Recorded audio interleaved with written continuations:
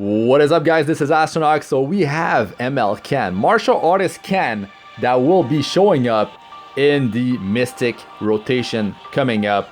I know a lot of you guys will be excited about that because he is definitely an amazing hero. So now's your chance to actually get him. You know, I do have him on my account number 3. I've been showcasing him quite a bit. So you might want to check out my videos to get a feel for maybe if you want to pull for him or not. I mean, if ML Ken is gonna be we know he's gonna be here, right? So what about Arbiter Vildred? Does that mean they are willing to put the OP ML Nat 5 in their Mystic rotation? Looks like that's the case because, well, ML Ken's here. So what happens is that after that ML Ken rotation, there's going to be a new hero, right?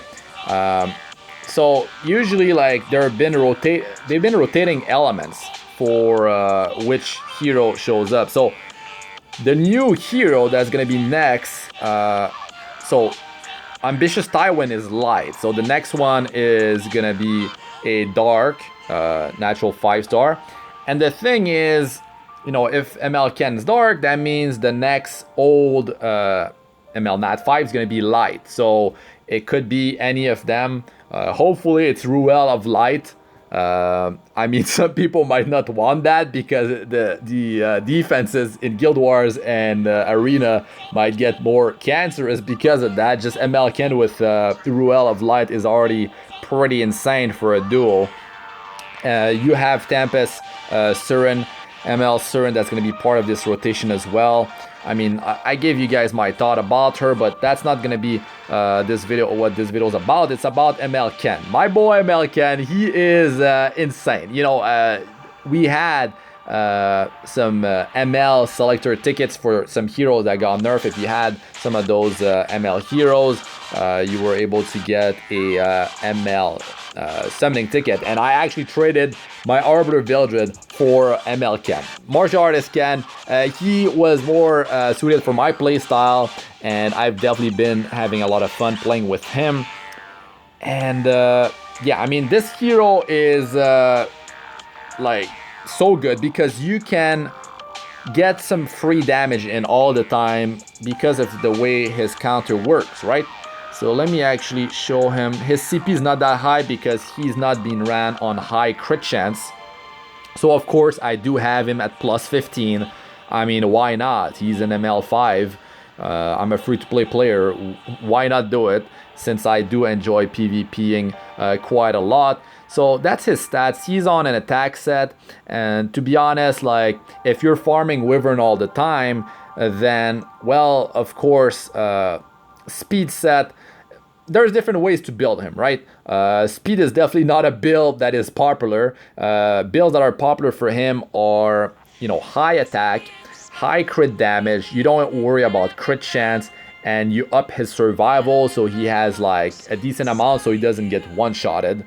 So depending on your team composition, if you're gonna have Fallen Cecilia Barrier, if you're gonna have Aureus, then you can you know, lower his survival. It really depends on the synergy of your team. So I did make a guide about ML Ken, and I talked about how you should be gearing him, but there's definitely different ways to go about it. Immunity set is definitely what you should go for on him because, I mean, you definitely don't want him to be, you know, debuffed. If he gets defense broken, he's so easy to kill after that. But yeah, now for your 4-piece, you could go broken set if you don't have a solid attack set or a solid, let's say, you could also go destruction for sure. I would go with destruction instead of attack set because it has more value. 40% crit damage versus a 35% attack. I do prefer the crit damage because when you roll crit damage, the highest roll is 7% versus attack is 8%. So yeah, it's more rolls of that stat. Now let me just show you his memory imprint as well is well, it's good for the team, of course. The self memory imprint, you could use it if you're going to be building him with high effect resistance. I'm talking 150 plus.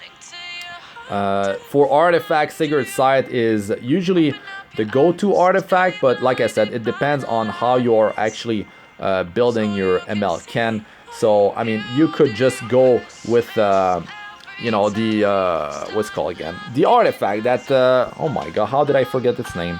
The artifact that gives you effect resistance when the 4-star one. Here it is for warriors. So Strike Gauntlet, you know, that's some free effect resistance for you. I mean, when it's maxed out, which shouldn't be too hard because it's a 4-star artifact. 60%, up to 60% when the caster's HP is above 50%. But to be honest, it's not the type of artifact that you see on him, not the type of build that is the most popular, because if he doesn't do any damage, he's no threat, right?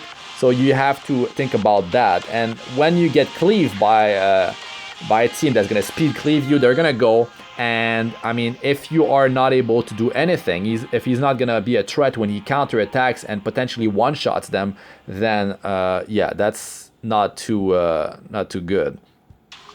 But it really depends. Maybe he's not gonna be the main threat on your team. You just want him to, you know, you could have him on lifesteal set with that strike gauntlet. That's one way to build him. So you do still have the lifesteal. He's not gonna be able to be debuffed, but he's still susceptible to be killed by, of course, Watcher Shuri. If you have an immunity set, Yufien's gonna one-shot him. You could have, you know, Sermia. I did showcase her with auxiliary lots and green lots, and she's able to go back to back basically and just one-shot 2 heroes. So he's definitely not gonna be able to survive against that unless you build him like really tanky. But still, he's not gonna be a threat if you build him with over like 20,000 HP or more.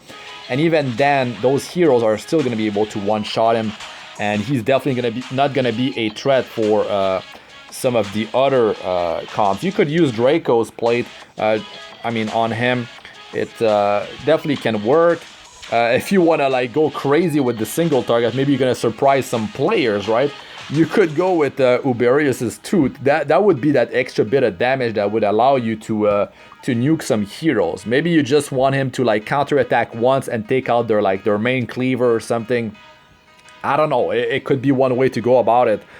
Maybe he's not built with that much offense, but that Uberius's Tooth is going to be that artifact that will allow you to do that extra bit of damage. But the thing is, with Sigret's side, when you drop below 50% HP, you are getting an increase of attack by 25%. So it's quite a bit of damage actually, and he deals more damage when he gets to a lower amount of HP as well. So yeah, definitely different ways to build him. The thing is, he is very stat hungry, so that's something you have to keep in mind. You cannot have everything super high.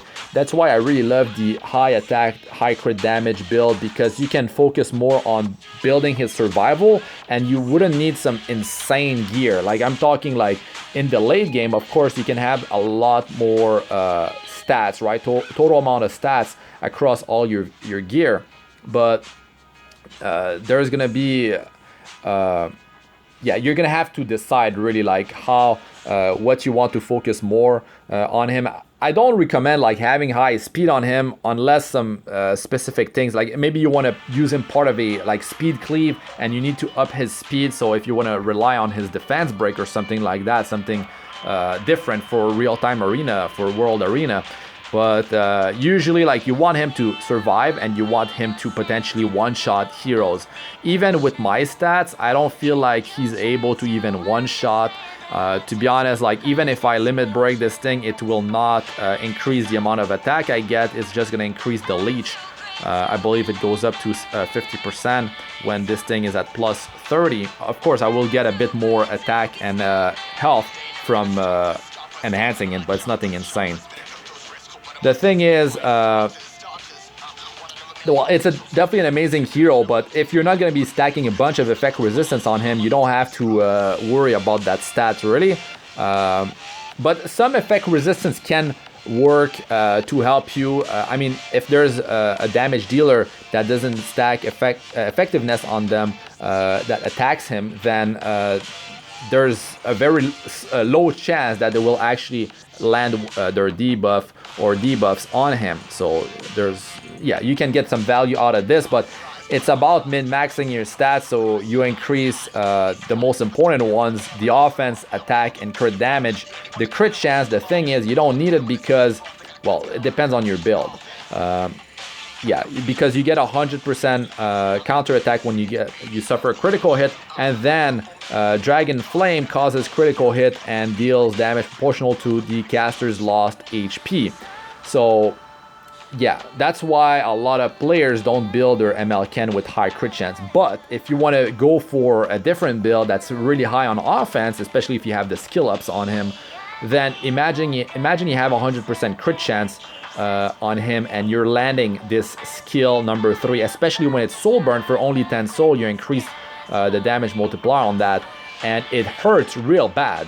And then like if they're not able to one-shot him, I'm talking like mid to late game kind of gear on him, then he's a massive threat, because especially if you did land defense break, now you have attack buff, a counter attack that follows from him on, especially on a defense broken hero with attack buff. It's like if he's low HP, especially because he deals more damage when he's low health, he will murder, he will destroy that target. So yeah, keep that in mind, because it says here when you receive a critical hit, deals damage proportional to the caster's lost health.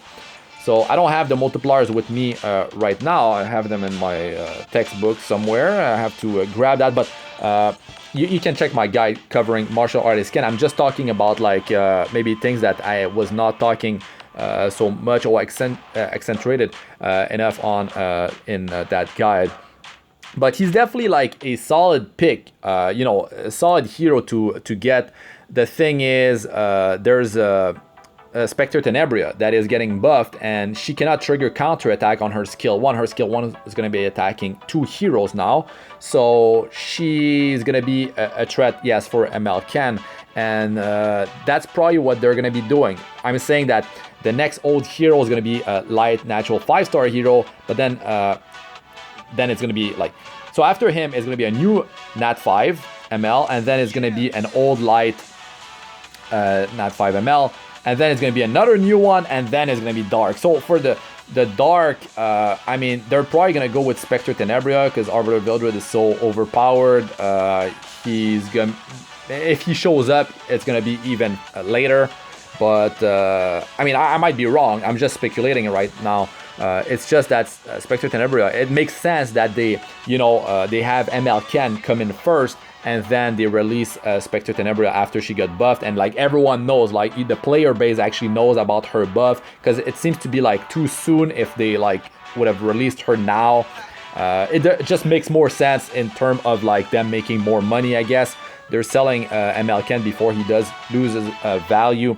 But to be honest, like I have not been using him in PVE, but for PvP, man, oh, he's a lot of fun. Arena, Guild Wars, World Arena, you can stick him on your defense, you can use him on offense.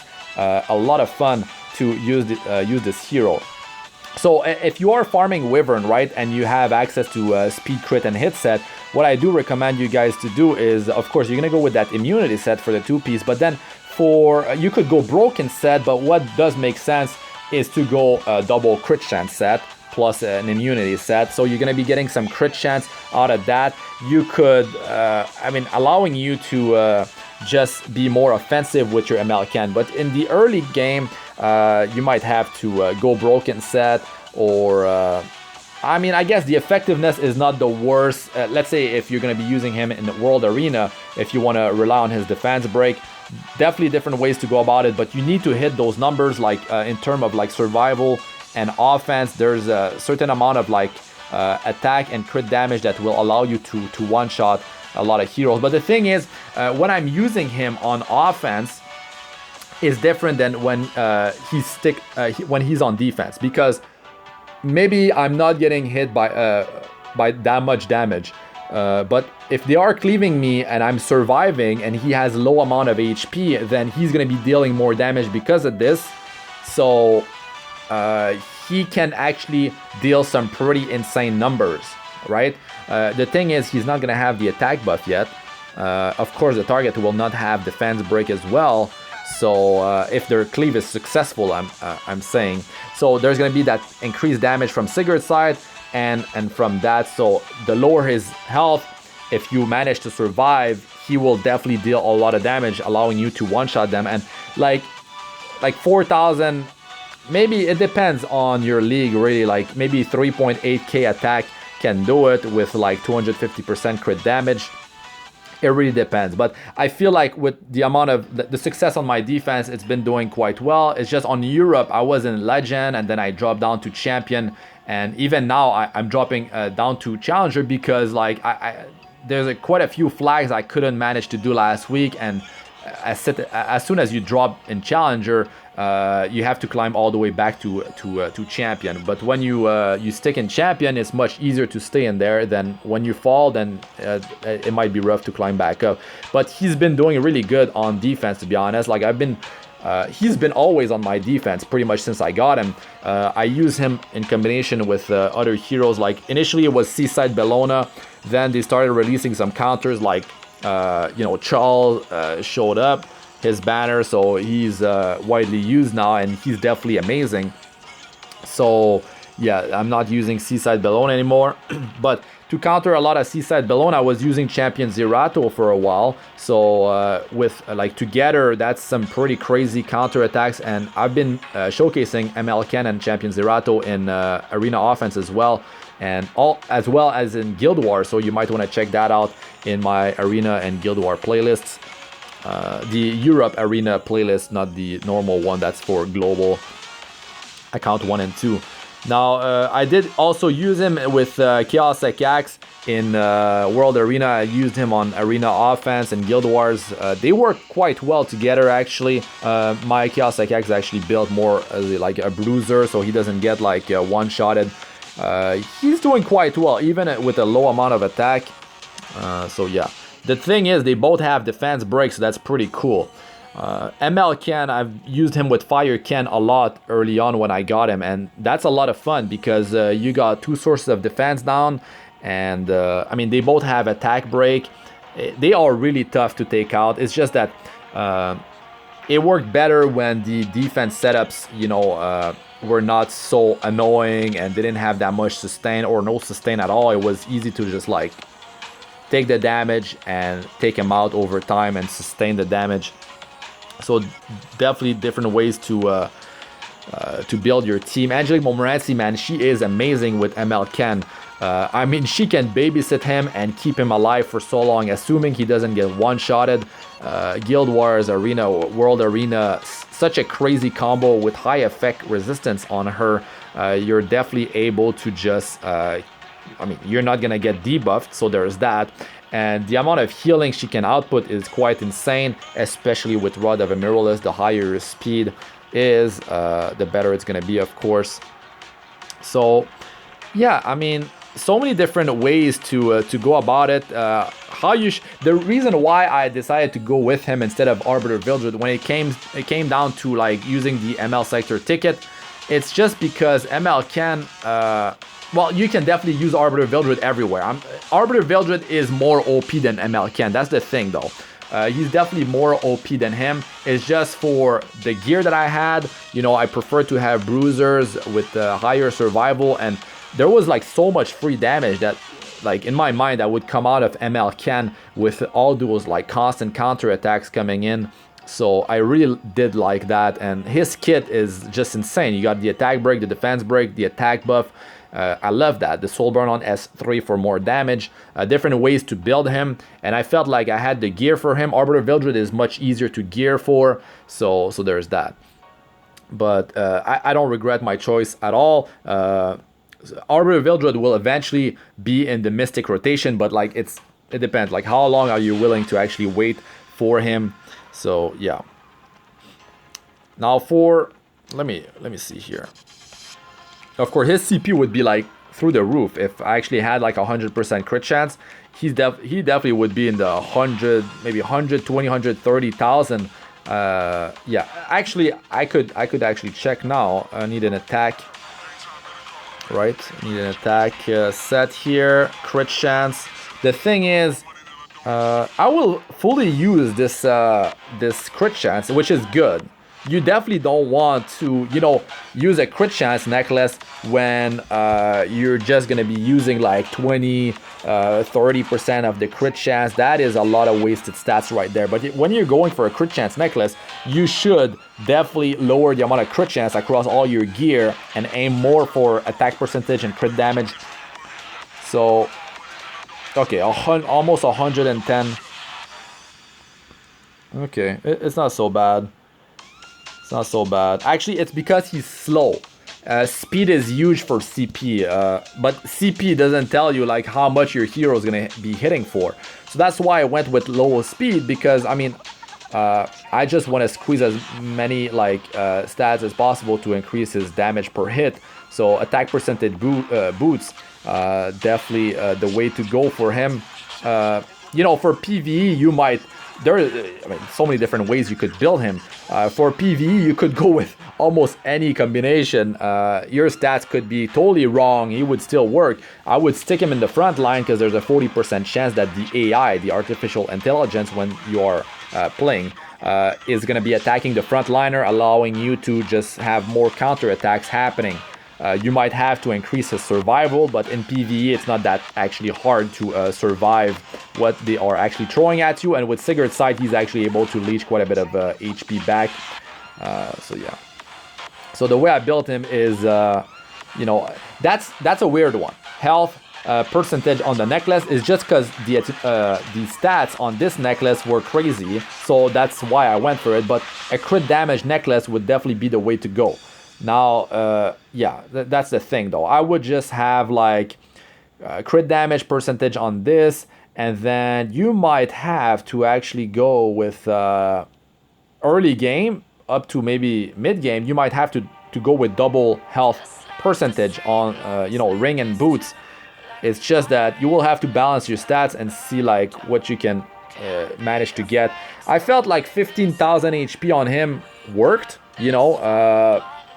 But there is always a way for them to kill you, right? Like a Watcher Shuri, like he can deal like 30,000 damage, maybe 40,000 damage plus. He just penetrates your defense. Specimen says if they're gonna be stripping and landing a stun on him, he's definitely gonna get deleted, right? So that's the thing though. There's some heroes that will be attacking you, some combinations that you can't do anything against. So no matter you went for crazy tankiness like 20,000, 22,000 HP up, it doesn't matter. They will kill you anyway. So might as well be more of a threat and yeah, put pressure on them. So that's why I like to focus on more offensive power on him. So yeah, crit damage necklace, you could go ring and boots health percentage, see how much you're getting. You could just go in here, the equipment you know, manager, and yeah, you could play around and tweak your stats. I mean, you can do it with like, you could do it with 12,000 HP with Aureus, especially with Fallen Cecilia, and if they're not able to one-shot him, then that's perfect. That's perfect. You'll be able to get more crit damage, more attack. You will be able to go with maybe close to 100% crit chance on him. So if he does survive, not only those counter attacks are going to be hitting for a lot, but you will be doing a lot of damage with this skill 3. And the thing is, when you get hit with a non-critical hit and you do trigger the counter attack, 30% chance here, then you will still land a critical hit with this skill 1. So yeah, a lot of potential damage that you can do with a high crit chance on him. You will definitely have to test it out and see what you prefer. If you do have a reviver, I would say that it might be better to go with higher offensive power, allowing you to definitely like one-shot those cleave and stopping them and making you well, higher win rate on your defense. If that's the thing, I don't really have a solid reviver. Yes, I do have Maid Chloe, which I've been using with ML He already has attack buff in his kit. The thing is, her revive, man, it brings you back with 20% HP, which is nothing. He's just gonna get killed after that. So yeah, my May Chloe is not that fast too. Like if I had a 200 speed plus May Chloe that can actually survive quite well, like with the Proof of Valor to allow her to take some pretty high damage, then yeah, it would be better. My Fallen Cecilia, she's slow too. You know, if I have faster speed on her, then yeah, if they're not able to kill me, then yeah, she started off here with the skill nullifier. It's really annoying. Deal some extra damage to them. But if you have very high HP on her, that means you're gonna have a higher you know, barrier on your team. Your MLK is gonna be able to you know, take more damage from their cleave. So if they are relying on double cleavers to kill you, you'll be able to like drop low after the first cleave and then like heal back to full, hopefully take out that cleaver, and then the next one comes in and oops, well, you still have the immunity set if they were not using a strip, and you'll be able to even kill that one. So that's the end for them. But if they're gonna be doing like a you know, Bizarre Tywin full soul burn with Judge Kisei, I mean, they're just gonna destroy you with if they're able to land, you know, the strip plus, then, which is not hard on a Bazaar when you just soul burn, it's just gonna happen. And then you land the defense break, they landed on your team, they will just murder you, because as soon as defense break is there and they have attack buff, especially Tywin with the crit chance buff, 50% crit chance, they're able to have higher attack and crit damage on their stats and just rock with 50% crit chance, higher offense, allowing them to just destroy you with defense break. It's just too easy, way too easy. So you cannot counter everything. Everything has a counter in the game, but I mean, just telling you guys like different ways that you could go about it. Desert Jewel Bazaar, I've been using him with ML Ken quite successfully. You know, the thing is, if Bazaar is faster, their Bazaar is faster, which is what you want. But if he has Abyssal Crown, he can stun you. If he stunned Desert Jewel Bazaar, it's over, basically.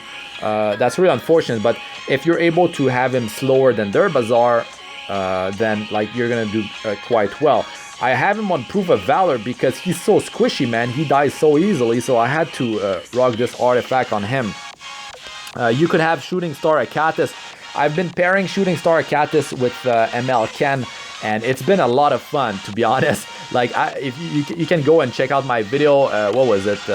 I don't even remember what I called it, but under my Europe Arena playlist, it's gonna be there. Man, it's really fun if you can bait their team to attack ML Ken.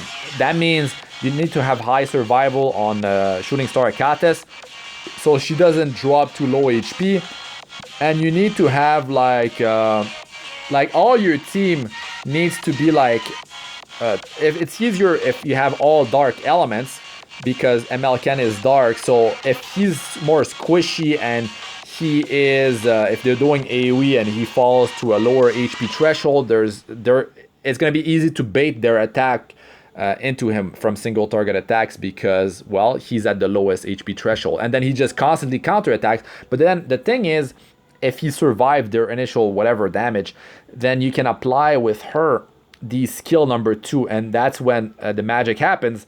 She sticks that immortality for 3 turns and 2 random buffs, right? So it's definitely a lot of fun. He drops to 1 HP. He cannot die, and it's very easy to bait at that point because he's at the lowest HP threshold, and you're having like dark element heroes on the team. So just a constant stream of attacks toward him, and he's just like countering non-stop.